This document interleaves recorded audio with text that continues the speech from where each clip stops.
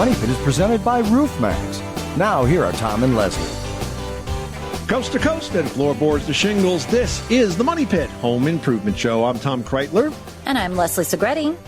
And we are thrilled to be here with you today, helping you take care of home sweet home. If there's a project on your to-do list, we invite you to slide it over to our to-do list because we'd like to help you get started on it. We'd like to help you complete it.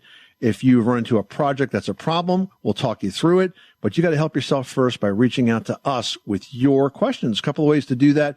Easiest thing is to go to moneypit.com/ask. Just click the blue microphone button and you can record your question and send it to us for the fastest possible response, or call us 24/7 at 1-888-MONEYPIT with your questions. That's 888-666-3974.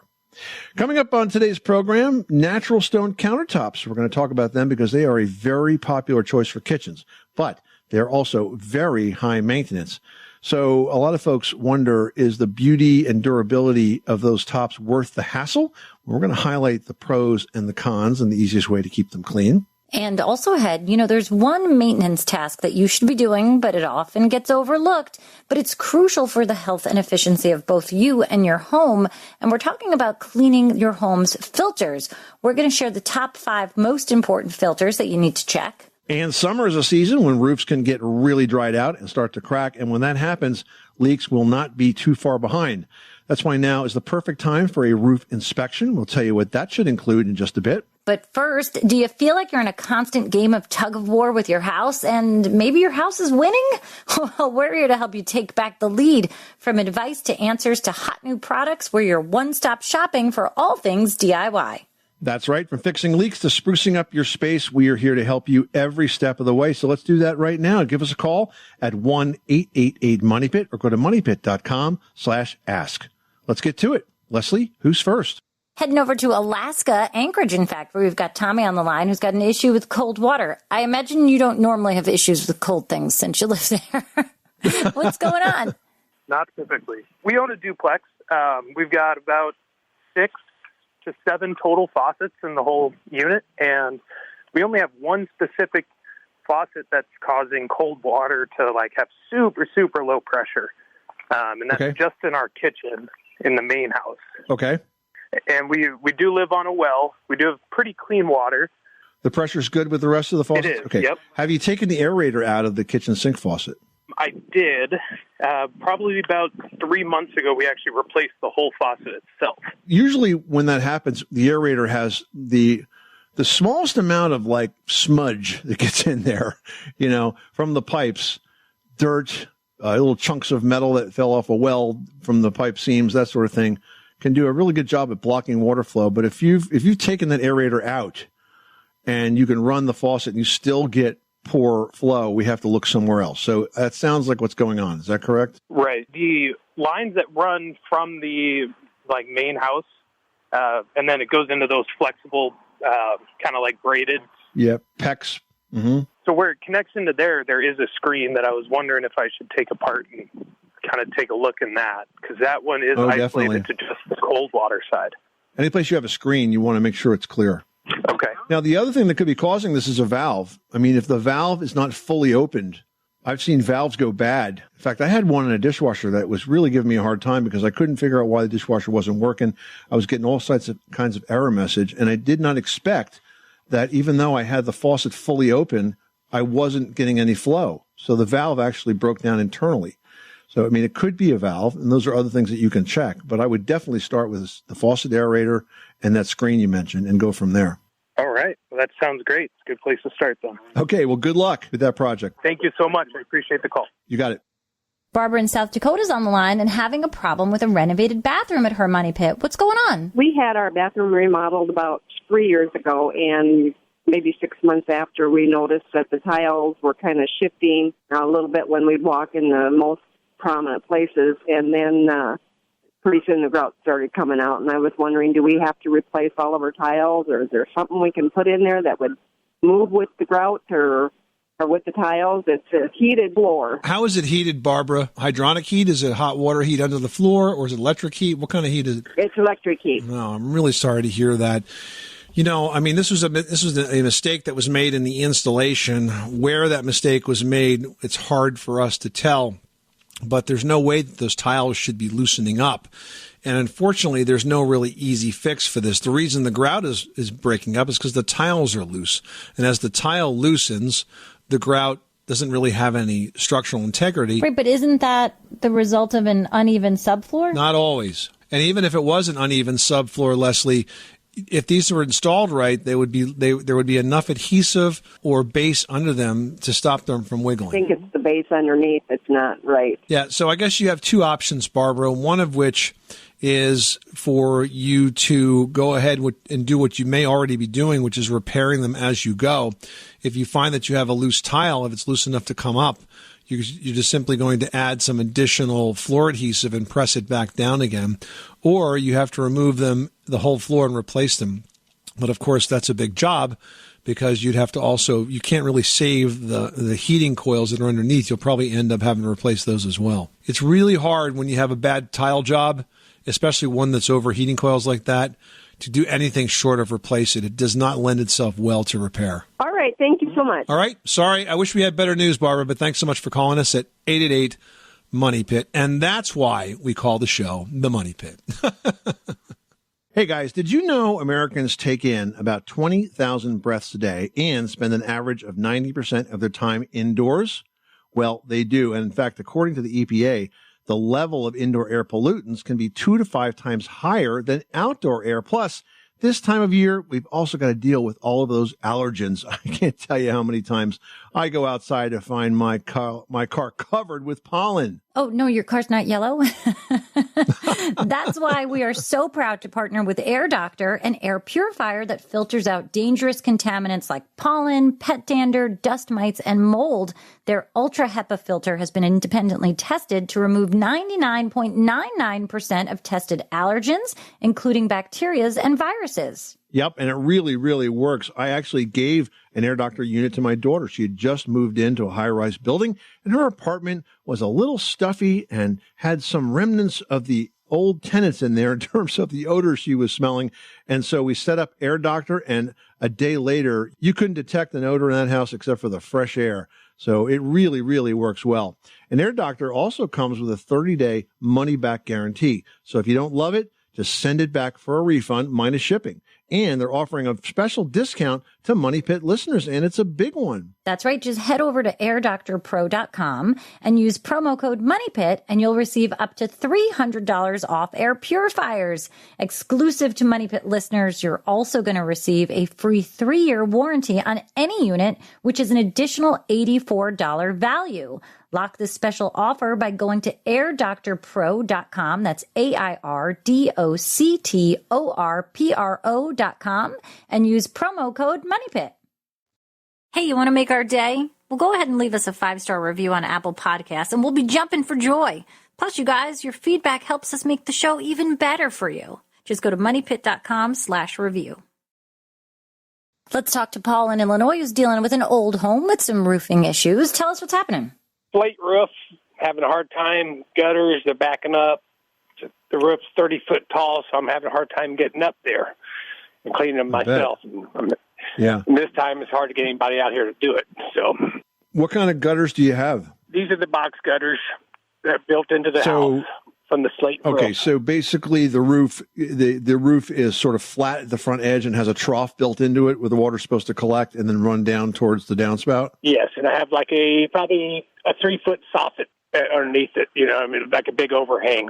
They probably clog up at the spouts then because those holes are pretty small, even though you got a big wide built-in gutter system there. One of the things that you can do, and is typically the repair that you do when you get tired of this type of a gutter, built-in gutter, is you add to the front edge of the roof. So right now you have a flat section and then you have a pitch section, right?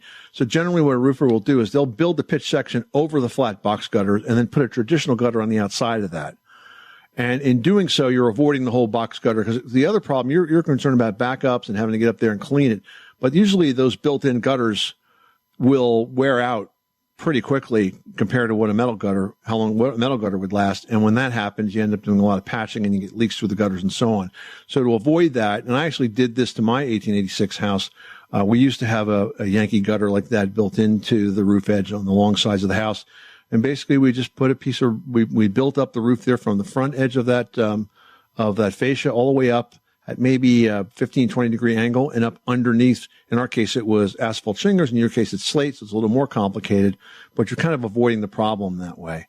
I don't have another suggestion that's going to help you avoid the labor that you're talking about, but I know that if you did that and if you added gutters to the outside, and what I would strongly suggest is don't put in a traditional 5-inch K-style gutter. That's the average gutter you see around. You want to go 1 inch bigger on that, 6-inch. And the reason you do that is because the downspouts are much bigger, the gutters are much bigger, and they virtually never clog because they can pass most of what accumulates on a roof right down those gutter leaders. Yeah, I think you're right on the path because the problem is that my downspouts are not big enough, and I don't have enough on the house, actually. And I got a big old house, only got like 4 or 5 downspouts. Any obstruction whatsoever causes that to back up. Yes, and I got big trees, of course, like everybody else, you know what I mean? And they don't take much to plug them up. Really appreciate your help. You got it. Good luck with that project. Well, natural stone countertops have been a popular choice for kitchens, but they're also very high maintenance, and I don't think a lot of people realize how much work you do have to put into them. So is the beauty and durability of these stone tops worth the hassle? Well, here's a few pros and cons to help you consider. Well, first up, stone countertops are somewhat indestructible. I mean, most can take a hot pot. They're not going to dent. They're not going to chip. Home buyers absolutely love them, usually because they've never had them before and don't know how much work they are to maintain. But, I mean, given the popularity, you can argue that they're going to add to your home's value. And, of course, the stone is beautiful. It comes in a lot of colors and patterns, and the finish is almost always clear, so all that natural beauty shines through every time. Yeah, but on the minus side, those stone tops are costly, and compared to solid surface and, of course, laminate, I mean, really, really costly. Now, prices are going to vary based on other types of stone, with quartz and granite usually at the top on that pricing side. Marble can sometimes be less, but you have to remember that marble surfaces are softer. Even though they are very hard, they're still softer, and therefore they're not going to wear as well. They're going to darken with age, and with marble, if you spill lemon, olive oil, wine, it is going to stain if you do not clean it up immediately. So you got to think about a lot of that stuff. Now, in terms of maintenance, granite tops do demand the most because they're sealed the second they get installed. But we hear a lot from listeners who are dealing with the stains, again, from tomato sauce, coffee, vinegar, grape juice, all of that. If they soak in, and they can soak into the granite, they can become very, very difficult to get out. Now, Leslie, I don't know how you feel about this, but I would say that if I had to choose one type of stone top, so you have the natural beauty of the stone, but have one that is a little bit easier to clean, I'd probably go with engineered quartz. Now, you can find engineered quartz in many different brands like Caesar stone and silestone. It's available in a large variety of colors, but they're called engineered because they're made of a mix of natural quartz, dyes, polyester resins, and other chemicals that have the added advantage of being easy to maintain and not requiring sealers. I think so many people start with granite and become quickly disappointed because it soaks up coffee and tomato sauce and olive oil and things like that like a sponge. And man, it's hard to get out when that happens. Yeah, you know, when my sisters both redid their kitchens, they went with a quartz product, and they're beautiful. I mean, they really are gorgeous, and there's so many options out there, and you can do the same edges that you would with any other natural stone surface. So there's a lot of ways to really have something gorgeous but much more durable. Susan in California is on the line and needs some help with a driveway makeover. What's going on at your money pit? I'm so glad you said the money pit, because that's exactly what it is. And now it's the driveway, about 1,200 square feet, and it's about 38 years old, and it needs something else done, and I really don't want to resurface it with blacktop. What are my options? So it's an asphalt driveway now? That's what you're starting with? Yes. Yeah. Yes. Listen, I got news for you, Susan. A 38-year-old roadway needs to be replaced. And that's exactly what you have. Whether it's a road that goes down the street or a road that's a highway, nothing lasts 38 years. And if you've gotten 38 years out of that driveway, it's time for a new one. And sure, you can keep slapping sealer on it and patching the cracks and all of that. But at that age, it's got to go. What's the best way? Do they just remove the whole thing and then start from scratch, or what's the best way to go? I think that's the best way. In most cases, that's the best way. You can resurface it, but if you want to make sure that the base is really solid, you would take off the old, they would put a new base down, they would compact it with machines so it's really, really solid, and then they would apply new asphalt on top of that. I would make sure I got a specification as to exactly how many inches of this material they're going to put down so that you can compare apples to apples when you're looking at different contractors. But I think that's going to be your best solution. Okay. Well, thank you so much. You're welcome, Susan. Good luck with that project. Thanks so much for calling us at 888-MONEY-PIT. Craig in Rhode Island's on the line, and he needs some help with a bathroom makeover. What are you working on? Well, actually, my second bathroom in my master, it's kind of old. It has a Simmons water mixer, shut-off valve, and actually, I'm looking to replace it. It's cracked, has some issues, but I can't get behind the shower to open the wall up to replace it. Because it's actually adjacent to my first bathroom shower. It's a fiberglass one-piece pop-in. My first thought is take the insert out, tile it, but then I have to put a shower pan in. I have to do a lot more extra work and money. And then I heard possibly cutting the hole bigger, and they have bigger back plates. But, I mean, I don't want it to look awkward as well, So what exactly is wrong with the valve you have there now?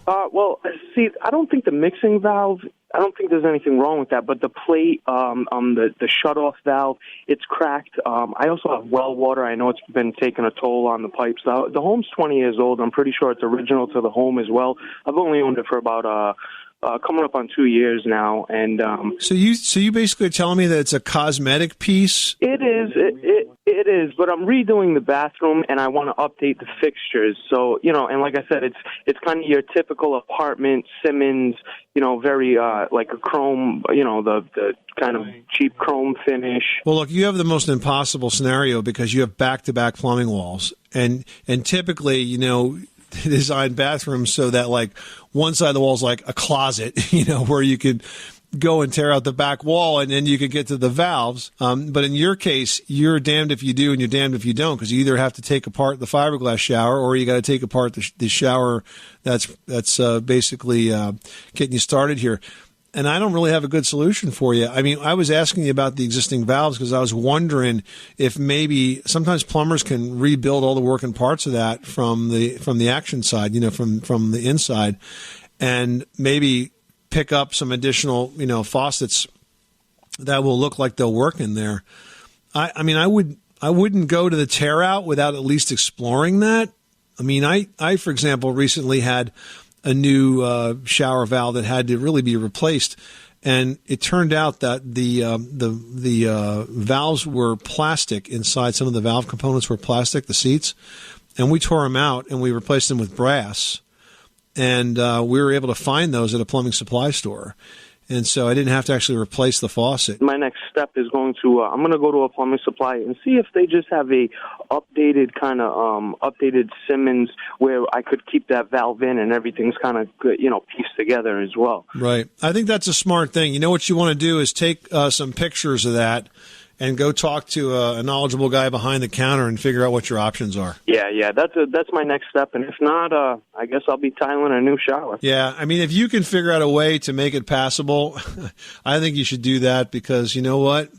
Nobody's going to see that space, and I hate to see you spend a few $1,000 redoing it if all you're trying to get is new valves. That's what I'm trying to stay away from. Well, thank you guys very much.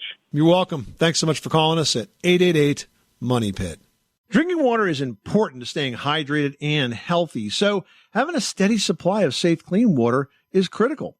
But according to research by the Environmental Working Group, 3 out of 4 homes in America have harmful contaminants in their tap water. That's why we're thrilled to be working with AquaTrue. AquaTrue purifiers use a 4-stage reverse osmosis purification process, and their countertop purifiers work with no installation or plumbing. It removes 15 times more contaminants than ordinary pitcher filters and are specifically designed to combat chemicals like PFAS in your water supply. AquaTrue's proprietary purification technology is independently tested to remove over 80 of the most harmful contaminants, including chlorine, fluoride, arsenic, PFAs, nitrate, and many more.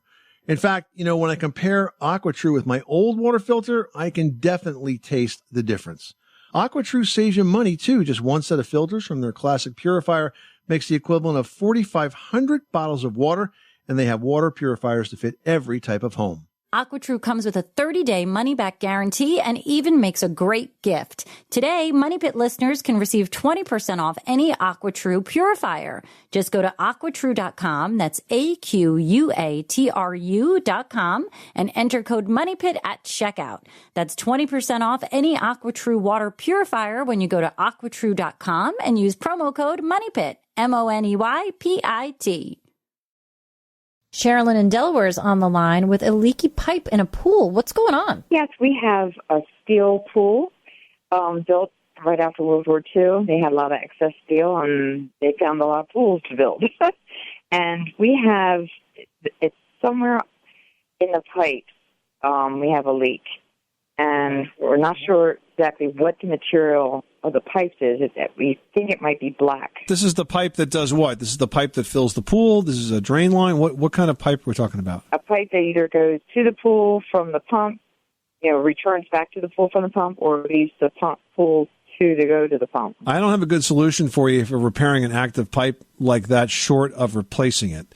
Generally speaking, when you have underground lines like that rupture, it's not a matter of repairing it. It's a matter of replacing it.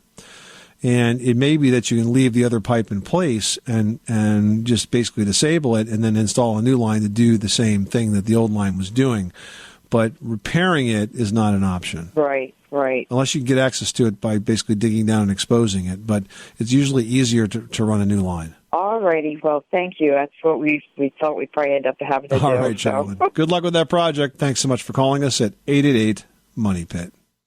Well, there's one maintenance task that often gets overlooked, but it really is crucial for the health and efficiency of both you and your home. And we're talking about cleaning your home's filters. Now, they do play a crucial role in keeping your home energy efficient, comfortable, and running smoothly. That's right. So let's dive into the top 5 household filters that you should be checking regularly. First, of course, the one you're probably all thinking of right now, and that's your HVAC filter, the one for your heating and air conditioning system.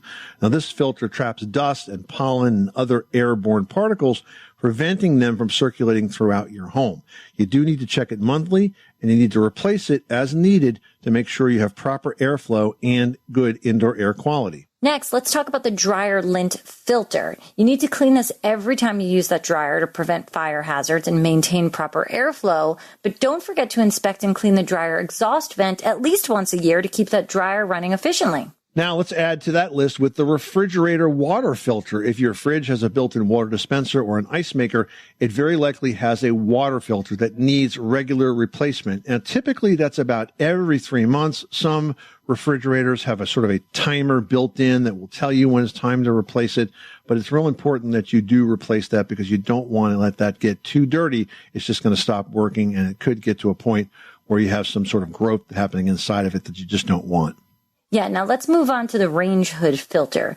These filters collect grease and smoke and cooking odors, and most of them can be easily removed, cleaned, and then reinstalled. And if you've got a metal filter, you can even run that through the dishwasher. Now, there's actually a filter in your plumbing system that a lot of folks forget about, and it is your faucet aerators. These are very small filters that are screwed in to the faucet tip. Over time, they will collect some debris that's circulating through your water. So you need to unscrew them very carefully and clean them out, rinse them out, and then put them back together. And I will warn you, it's a bit of a Rubik's Cube puzzle to take those things apart and get them back in the right shape. So when I take them apart, I carefully set them on the countertop and I remove the layers one at a time until I get to the screen and put them back in the same order. So it just be a little bit easier. There's been a few times where I've had to futz with it for a bit to figure out how to get it back together. So I learned that trick a long time ago. But look, you got 5 filters now to focus on, right? You got your HVAC filter, you have your dryer lint filter, your refrigerator water filter, your range hood filter, and your faucet aerators. If you stay on top of that, your house is going to run a lot better, because if those filters are neglected, you can get high energy bills, you'll get high repair costs, and certainly a less comfortable and potentially a less safe living environment. So stay on top of these checks to keep your home running smoothly and efficiently. Jeff in South Carolina is dealing with some unwanted visitors to their money pit. Tell us what's going on. I have a couple of feral cats that are running around in my backyard. I have a bird bath, and the cats stalk the bird bath, and when the birds come in to take a drink or in a splash, they jump up and they kill the bird. And what I've done is I've poured the water out of the bird bath to keep the birds away, but how do I get rid of the cats? I mean, there's a lot of initiatives around the country with organizations that will help deal with the feral cat issue. Many of them run what's called a TNR program, which is trap, neuter, and return. So the idea is that they trap the cats humanely, like with a have-a-heart trap or something like that. They neuter them, then they return them to the environment, but hopefully not in your neighborhood where they're used to finding that source of food. And so I would turn to an organization like that can help you trap the cats and get them off of your property. And if they have the added support that they can neuter the cats, then that helps the overall community from stopping these cats from reproducing. And you know what else? We had an issue years ago when there's a person on our block who, feeds every cat in town and has about like 30 cats and kittens just living in their backyard. And the neighbor next door was doing a ton of work. There was a dumpster with like food scraps and stuff in it. And so all the cats kind of just meandered into my yard.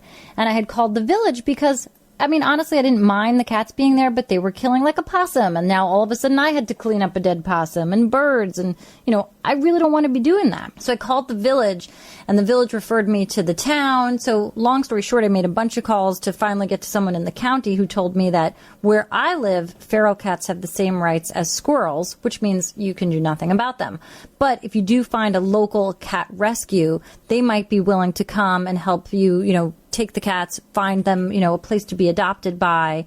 And, maybe if you find a place that you feel comfortable with, a donation might not hurt in helping them to get the cats off your property. So you never know. I might, make a call to your town or your village and see where that goes too. Okay. Thank you very much. All right. Good luck with that project. Thanks so much for calling us at 888-MONEY-PIT. Angela and George is on the line and would love to tackle a painting project. How can we help? We have vinyl flooring in our kitchen, and it's more than 20 years old. And there are just a few areas where it's starting to yellow, and it's like coming probably from underneath because bleach doesn't work. And it's got nicks on it, in it. Anyway, I was thinking I had always wanted to have like a black and white checkered floor, and this pattern is like a grid. It's like 6-inch squares. So it's already all lined out, and I was, thinking about painting it black and white or whatever color scheme, I decide upon. But I don't know what type of product to use. Yeah, I don't think painting a vinyl floor is a very good idea. I don't think there's any product designed for that, especially a 20-year-old vinyl floor. If you wanted that type of pattern, I would just get a new piece of vinyl. They're not that expensive. The yellow that you describe is not a stain. It's a chemical reaction. What happens with vinyl is it ages, especially if it's had like throw rugs over it or rubber back carpets over it, is it's oxidation that occurs that changes the color of the vinyl. A lot of people think that those are stains, but they're really not. It's just a physical change of the vinyl material. But I don't think vinyl can be painted. Vinyl siding can barely be painted, and I don't recommend that either. There are some high adhesion primers used for that, but take that to the floor. Now you got to have something that's really durable. It can take chairs being rubbed across the floor and that kind of thing. So I don't think painting is a possibility. I would be considering another type of product. And you know what? There are so many new floors today. The prices have come so far down. You can get beautiful laminate floor now that's super water resistant for under about $3 a foot. So I would take a look at the new flooring and treat yourself to a floor that looks like that pattern that you envision, but is much newer and more durable. Okay. Could that new type of flooring just be applied on top of this, like just right on top of it? You can put it on top. If the old flooring comes up easily, I always like to take as much of that up as I can. I don't like putting layers down, but you know what? If it's solid and it's flat and it's, well adhered, then I think it's okay to go on top of it. Just keep in mind that when you do that, you make the floor thicker than it was before or taller than it was before. And sometimes, not so much just with vinyl, but sometimes like if you have a dishwasher, if this is a kitchen, you have a dishwasher, you could be at risk of sort of flooring in the dishwasher, so to speak. In other words, you could have flooring that's thicker than the legs of that dishwasher. So what you really have to do is take the dishwasher out, floor all the way into it, and then adjust the legs and slide it back in again. All righty. Well, all of the appliances probably could be pulled out. Yeah, that wouldn't be a problem. All right. Well, then good luck with that project. The good news is you're getting a whole new floor. It's going to be a lot easier than painting the old one, I'll tell you that. A lot less work, I'm sure. Yeah. Absolutely. Yep, now and in the future. Thanks so much for calling us at 888-MONEY-PIT. Thank you. Well, summer is definitely a season when roofs can get really dried out, and if they form cracks, leaks won't be far behind. That's why now is a really good time for a roof inspection, and we're going to share how to do just that in today's roof review tip presented by RoofMax. Well, the average roof leak takes up to 2 years to show up inside your home as a stain. Using a pro to inspect your roof once a year is really the best way that you're going to be able to spot any problems early. However, there are plenty of things that you can be doing yourself to identify signs of potential leaks.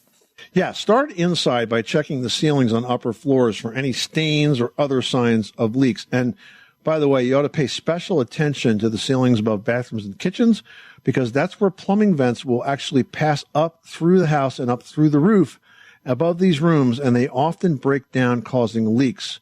So also check for leaks above fireplaces, another spot where loose flashing can allow rain to seep in. Now, next you want to head outside and examine your roof from the ground using either binoculars, or you can even just zoom in on your camera. That's definitely a way you can check. You want to look for loose or missing shingles, as well as loose flashing around chimneys, pipes, or where the walls and the roofs come together. Now, if you spot any problem areas, it's a lot easier to get minor problems fixed now before they become those major problems later. And that's today's roof review tip presented by RoofMax. A RoofMax treatment restores flexibility and waterproofing protection of an aging asphalt shingle roof, extending life by as much as 15 years. And RoofMax treatments come with a 5-year flexibility guarantee and is purchased through a nationwide network of factory-trained and certified dealers who also apply the treatment.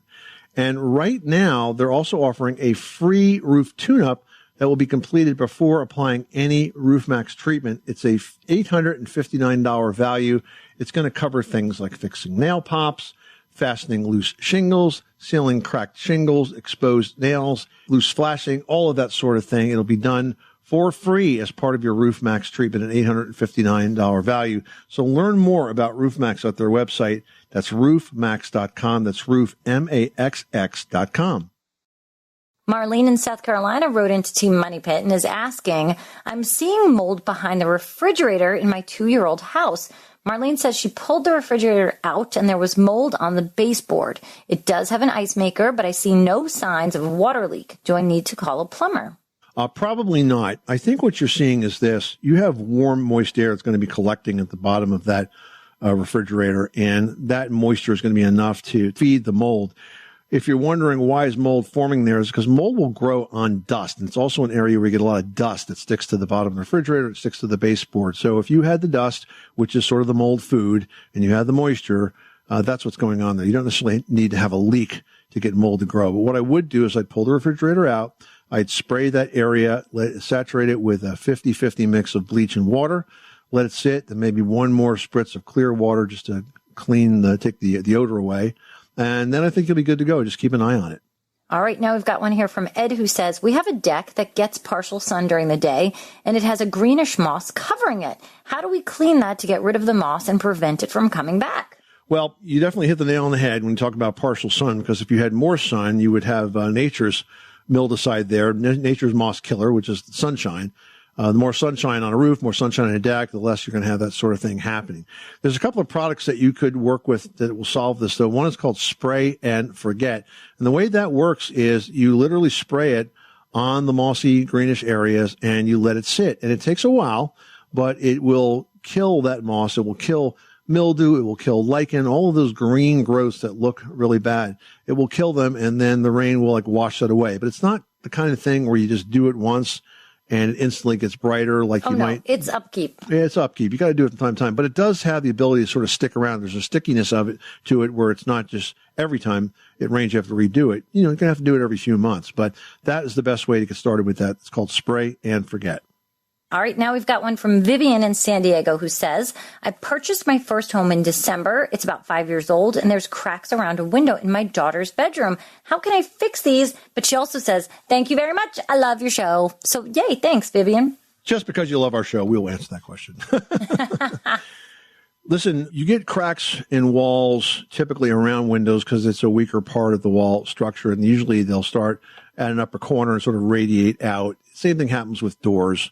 So I wouldn't panic over this, but what I would do is I would repair it using a mesh fiberglass tape. So you're going to want to sort of sand it a little bit, get to make sure you're getting the surface nice and smooth and pulling out any dirt that's there. Just a light sanding.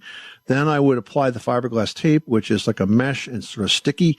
You lay it on top of the crack, and then you follow that up with about 3 very thin coats of spackle. If you put too much spackle, it's going to get gloppy and nasty. So the less, the better. About 3 very thin coats of spackle will cover that. You do a little sanding in between. Then you have to prime it. You have to use a primer, otherwise the paint's not going to look right. And then you do some touch-up paint. You might end up having to repaint a bigger area than just the crack to make it all blend in nicely. But that's the steps. All right, good luck with that project. It's going to be great. And now could be a really fun time to repaint your daughter's room a fun new color. You know the 4 most expensive words in home improvement? While you're at it. While you're at it. From woes to wheeze? No? Oh, okay. I'm trying. I'm going to get it out there. This is the Money Pit Home Improvement Show, on air and online at moneypit.com, where we make DIY doable. We hope we've given you some tips and advice that help you take care of your home. And if you have questions, remember, you can reach us 24/7 by going to moneypit.com/ask or calling us at 1-888-MONEYPIT. Until next time, I'm Tom Kreitler. And I'm Leslie Segretti. Remember, you can do it yourself, but you don't have to do it alone.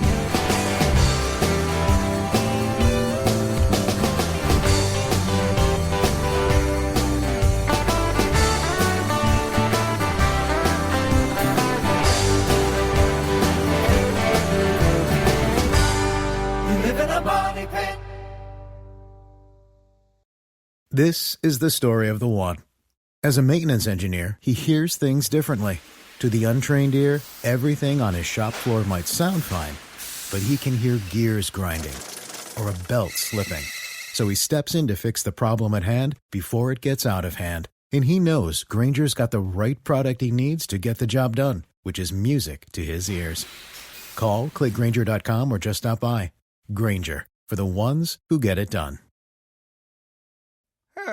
Mornings, dragging yourself out of bed after another terrible night's sleep, isn't it the worst? Mattress Warehouse makes it easy to find the perfect mattress. With our large warehouse assortment and low warehouse prices, we have a mattress for every body and every budget. Plus, 0% interest financing, a 100% comfort guarantee, and a 1-year price match guarantee. So where would you look to find the perfect mattress? In a little mattress store or Mattress Warehouse?